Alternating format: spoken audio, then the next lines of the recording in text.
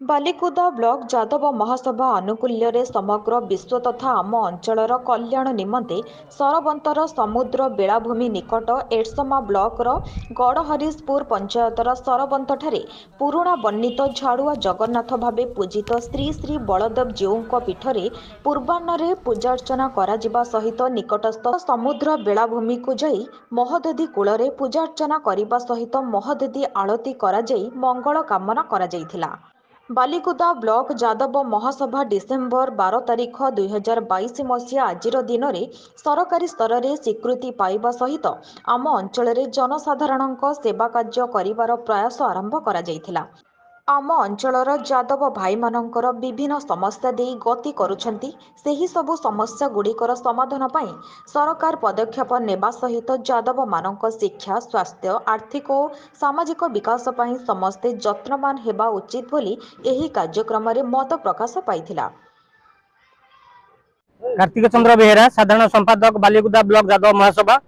आज ये जो पवित्र दिन ये पवित्र दिन में आम बालिकुदा ब्लॉक जादव महासभा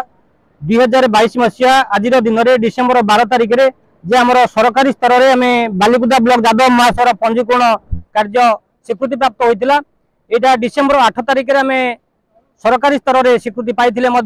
आमको आम पंजीकरण नंबर सर्टिफिकेट आमको डिसेम्बर 12 तारिख 2022 मसीह आमको से प्रदान करते एवं आम जिला स्तर में सरकारी स्तर में आम बालिकुदा ब्लॉक जादव महासभार स्वीकृति पाई 2023 मसीहा डिसेम्बर 12 तारिख दिन को स्मरण रखापी आम आज महोदधि आलती भाव में आज गोटे कार्यक्रम हाथ को नहींचु एवं ये बालिकुदा ब्लॉक जादव महासभार समस्त भाई मैंने उपस्थित अच्छा। आम प्रथम आम आराध्य देवता जे